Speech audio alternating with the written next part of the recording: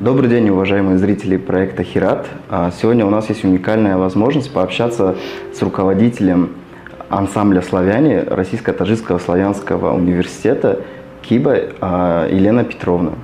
Здравствуйте, Елена Петровна. Здравствуйте. Елена Петровна, представьте, пожалуйста, откуда вы родом и как вы пришли в искусство? И при каких обстоятельствах попали в Таджикистан?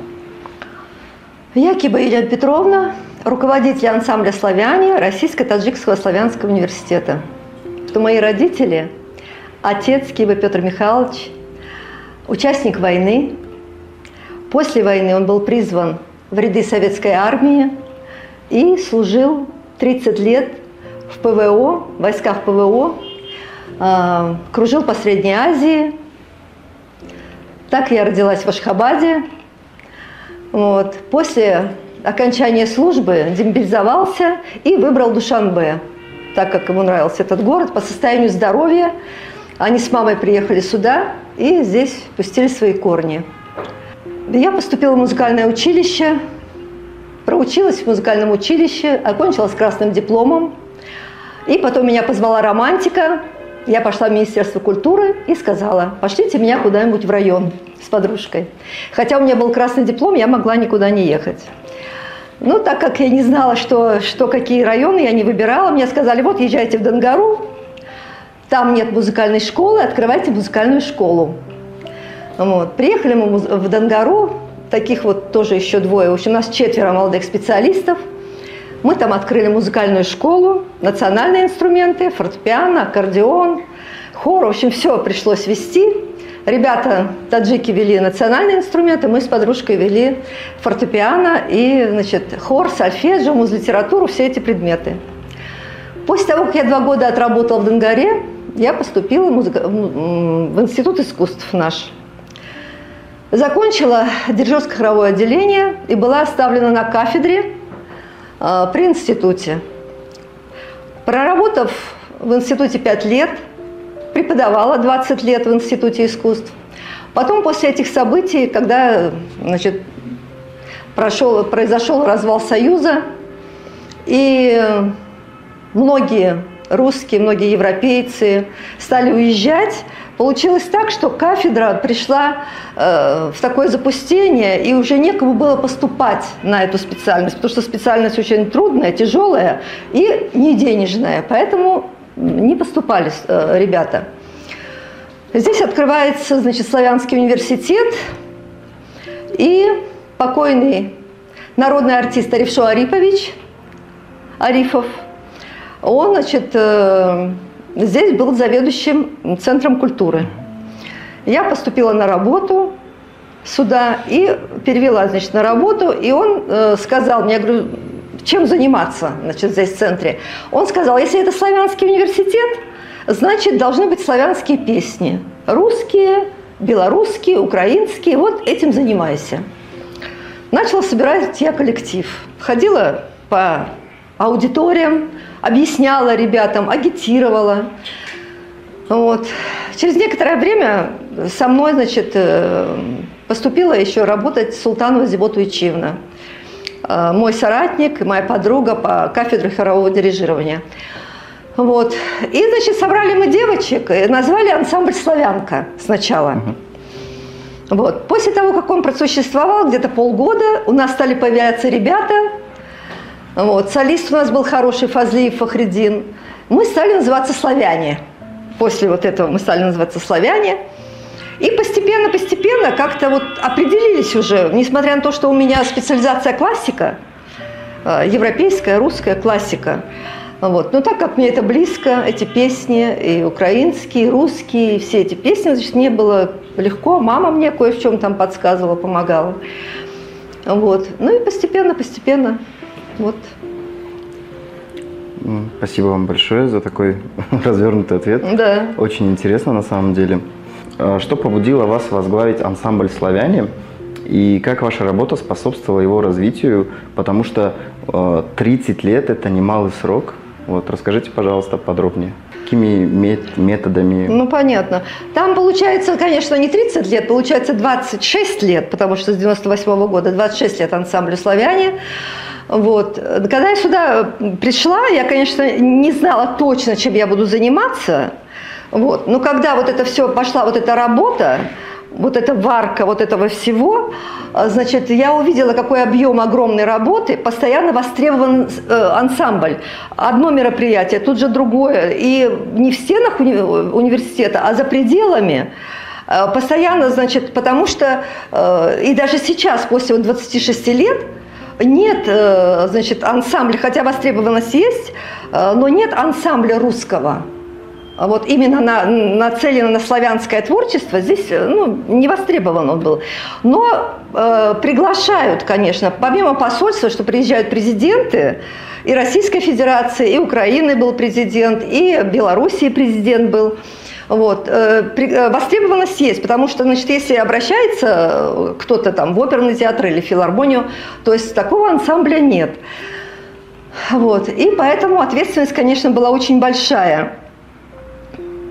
Ребята, значит, поступали, которые, значит, увлекаются и, значит, рэпом, и эстрадой, но, конечно, не русским народным творчеством.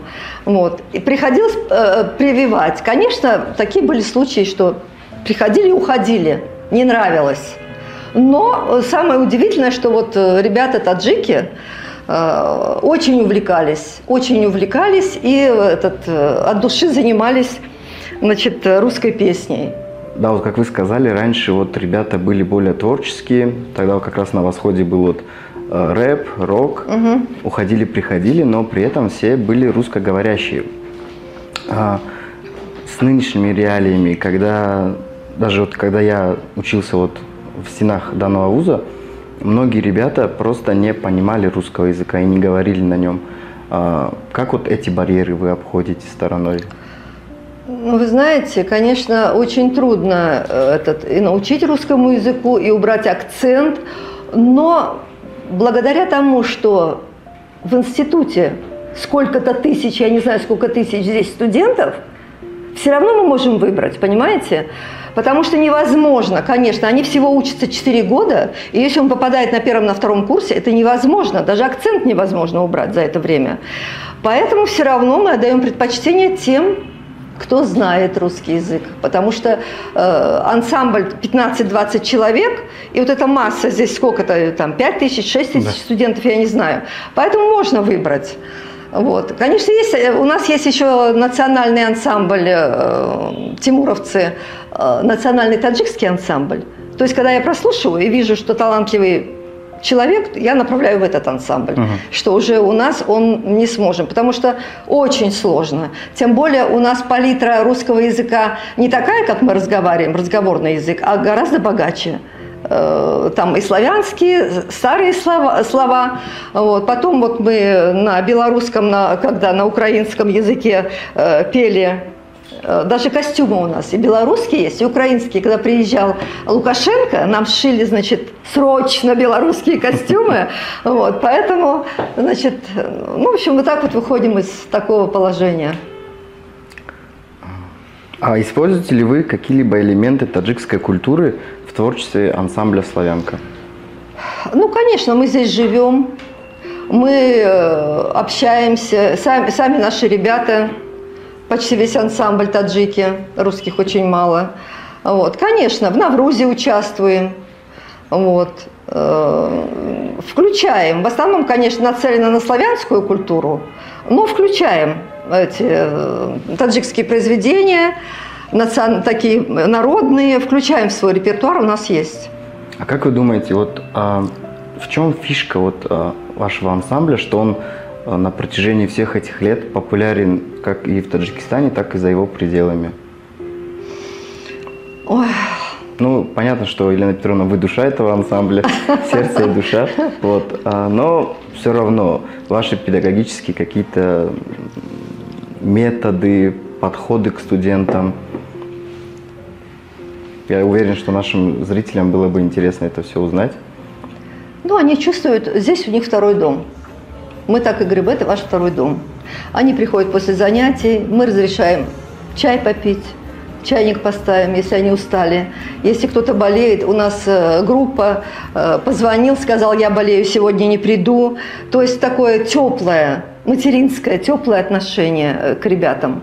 Вот это вот. Но и строгость, конечно. Но и строгость. Если дело касается репетиций, генеральных прогонов или концертов, тут уже у нас, конечно, такая палочная дисциплина, очень строго. Ну, вы знаете, конечно, для ребят это вообще вот у них получается. Вот вы не пели ни в детском саду, ни в школе, и вдруг вы пришли, а я говорю, у тебя талант.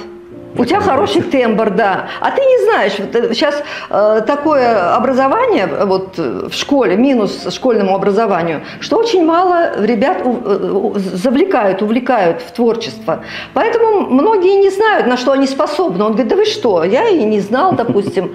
То есть даже если человек говорит, уже у него красивый тембр, и если еще слух и ритм, то мы приглашаем в ансамбль.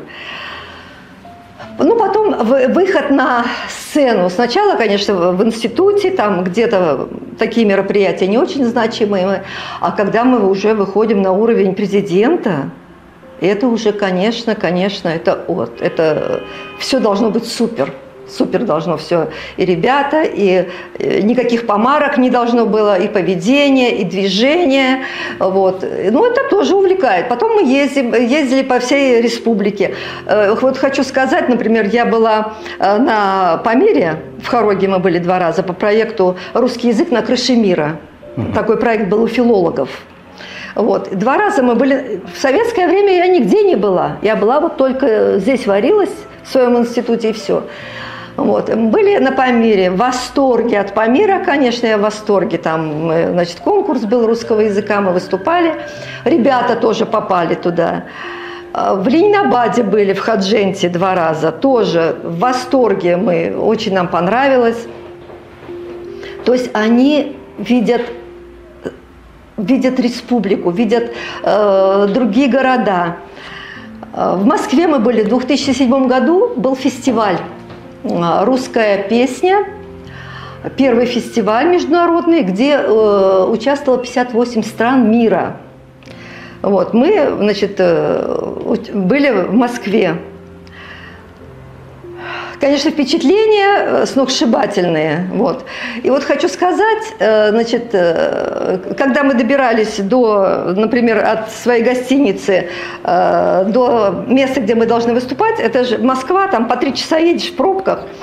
Ну и, как всегда, студенты, молодежь, они начинают петь песни. Там мы попали вместе с Болгарией, Израилем, еще острова Капо-Верде, в общем, вот эти страны такие. Вот. И начинает молодежь петь какие-то песни там на русском языке, на украинском языке, там, на белорусском, на любом. Мои сразу подхватывают, сразу поют, и 2-й, и 3-й голос, и все куплеты они знают. Мужчина сидел, какой-то руководитель какого-то ансамбля. Говорит, откуда вы приехали? И я говорю, мы с Таджикистана. У него такие глаза, что мои таджики вот поют эти песни, еще и на 2-й, 3-й голос, это очень сложно. Вот, ну вот это тоже привлекает их, что мы где-то бываем, что людям нравится.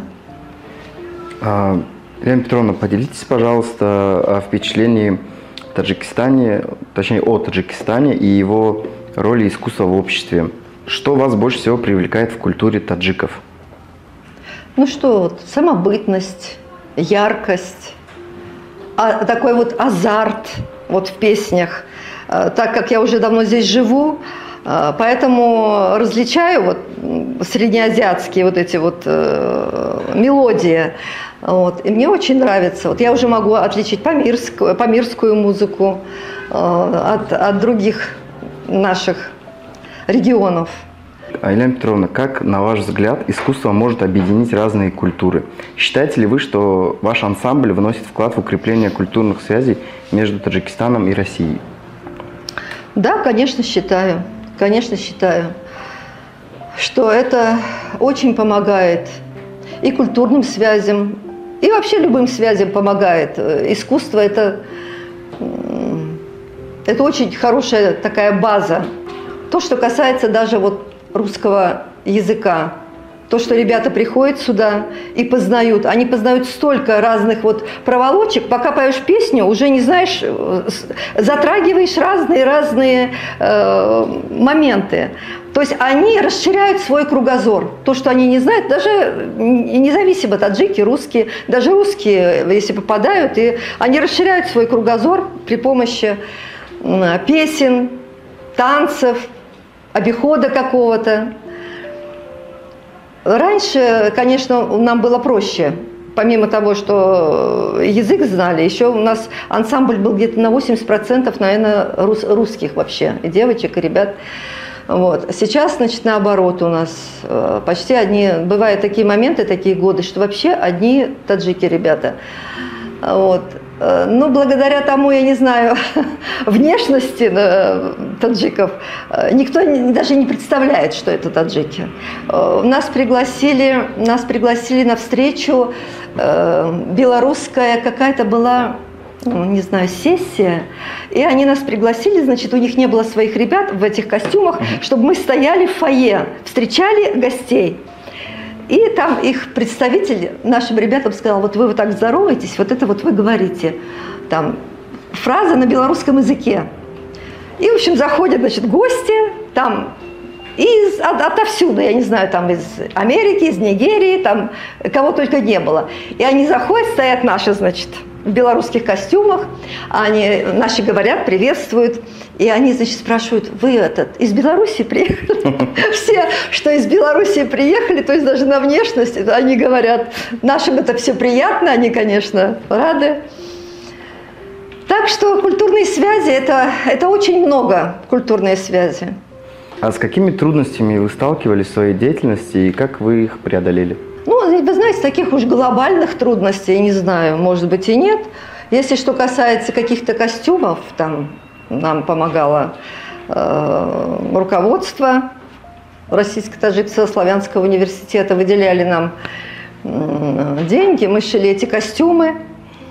Вот. Ну, сейчас трудности знаете в чем? 2 смены.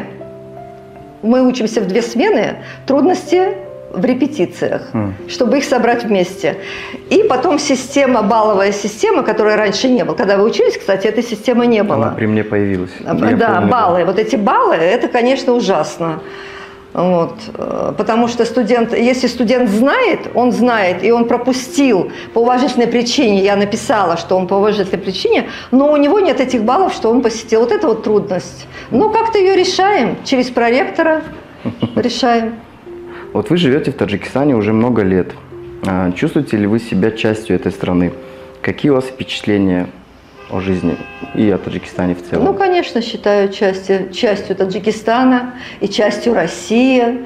Приезжаю в Россию летом, отдыхаю, и уже к концу отпуска хочется в Таджикистан. Вот. Понимаю вас. И климат уже здесь, мерзну там, уже в августе месяце я куртку одеваю, что мне холодно. Вот. Ну и болею, конечно, и за Таджикистан, и за Россию, то, что вот события происходят. Конечно, считаю частью себя и Таджикистана, и России. Елена Петровна, а какие советы вы могли бы дать молодым людям, которые хотят выбрать карьеру в хоровом искусстве и ансамблях? Да и в творчестве, наверное, в целом. Они не музыканты. Если только они работают и приезжают в какую-то страну, у меня такие были моменты, даже вот сейчас девочка в Германии, они первым делом ищут, значит, где бы найти коллектив, чтобы в этом коллективе участвовать, выступать. То есть, если она физик, там, химик или там биолог, она ищет, вот, то есть душа просит. Вот. Но были у нас, конечно, такие моменты, что до того захватывало вот творчество, искусство, что человек менял, оставлял эту специальность и становился музыкантом. И становился музыкантом, ну, вокалистом в основном, потому что вокалистам такое глубокое познание, главное, что голос. Потом побеждали наши ребята, сейчас же модно вот эти голос, там ездили у нас ребята. С нашего ансамбля парень победитель был. Вот. То есть это на всю жизнь. Даже вот особенно ребята, которые в международные отношения поступают, я всегда им говорю, допустим, мне нравится этот парень или девушка, и вот голос, и внешность, и все, а он не хочет. Он не хочет. Говорит, нет, у меня другие планы, у меня другие... Я говорю, слушай, ты международник, ты не знаешь, что у тебя будет в жизни. Ты по разным странам будешь ездить. Разве это плохо? Вот они запели, допустим, подмосковные вечера песню, или там «Калинка-малинка». Ты знаешь, ты спел, и что-то еще там свое спел. Ну, то есть приходится как-то вот так объяснять, уговаривать, что это в жизни, что это очень нужно. Нет, разносторонний специалист всегда вам пригодится, даже просто поддержать беседу. Вот. Да, да. А какие у вас планы на будущее для ансамбля «Славяне»? Может быть, какой-то крутой проект вас ждет в будущем? Ну, пока такого проекта... Ну, 30-летие, вот если 30-летие будем, мы 25-летие очень хорошо отметили, широко. Пригласили своих стариков, которые закончили, наши студенты. Мы старались пригласить, чтобы они участвовали. Вот. Ну, будем готовиться. Сейчас у нас, можно сказать, послабее коллектив, потому что год на год не приходится, одним словом. Год на год не приходится. Таких вот солистов, ярких солистов, это очень, очень трудно найти. Ну вот в ансамбле ребята как-то уравновешиваются, но все равно 2-3 голоса мы на 2-3 голоса поем, в отличие от некоторых учебных заведений, которые не могут освоить 2- и 3-голосие, мы поем, все время мы поем 2-3-голосие. Спасибо большое. Как, по вашему мнению, можно развивать традиции русского и таджикского искусства вместе? Вместе? Да. Ну да, вместе оно и развивается вместе. Вот даже ансамбль, я не знаю, Зибо или какой ансамбль, вот мы были, они танцевали танец какой-то русский, березку они танцевали, хотя это национальный ансамбль, таджикский народный ансамбль, они вот у них в репертуаре есть русские ансамбли. Ну и мы на Навруз, всегда мы выступаем тоже, одеваем национальные платья и выступаем на Навруз тоже, так что можно. Ну и в заключение, наверное, хочется уточнить, если у вас какие-то дополнительные мысли или пожелания, пожалуйста, поделитесь с нами и с нашими зрителями. Дополнительные пожелания, ну, конечно, повышать музыкальную культуру Таджикистана, развивать. Хочется, чтобы оперный театр был более укомплектован, чтобы шли там разнообразные оперы. Очень репертуар маленький в театре. Тоже не хватает солистов. Вот. Хотя есть консерватория, но люди, которые яркие, талантливые, все равно стараются уезжать. Поэтому хотелось бы, чтобы наш театр оперный процветал. Классика меня всегда трогает, всегда мне этого не хватает. Чтобы был больше репертуар разнообразный.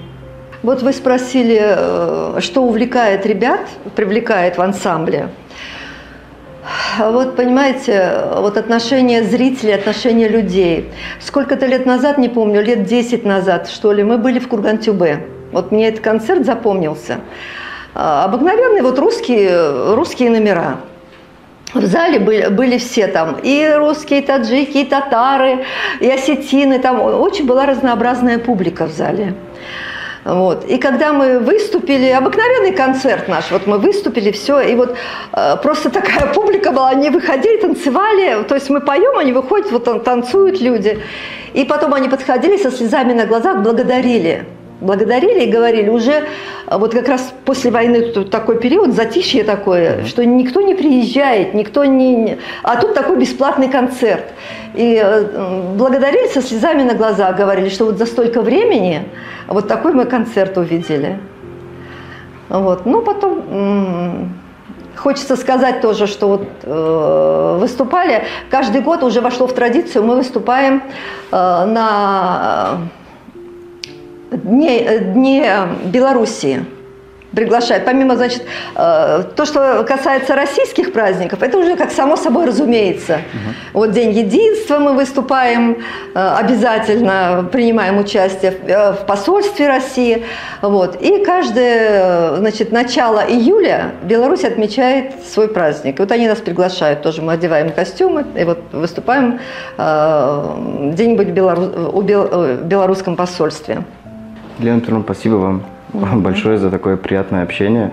Было приятно с вами познакомиться. Вот. Надеюсь, не в первый, не в последний раз встречаемся. Вот. Спасибо вам большое за такое теплое общение.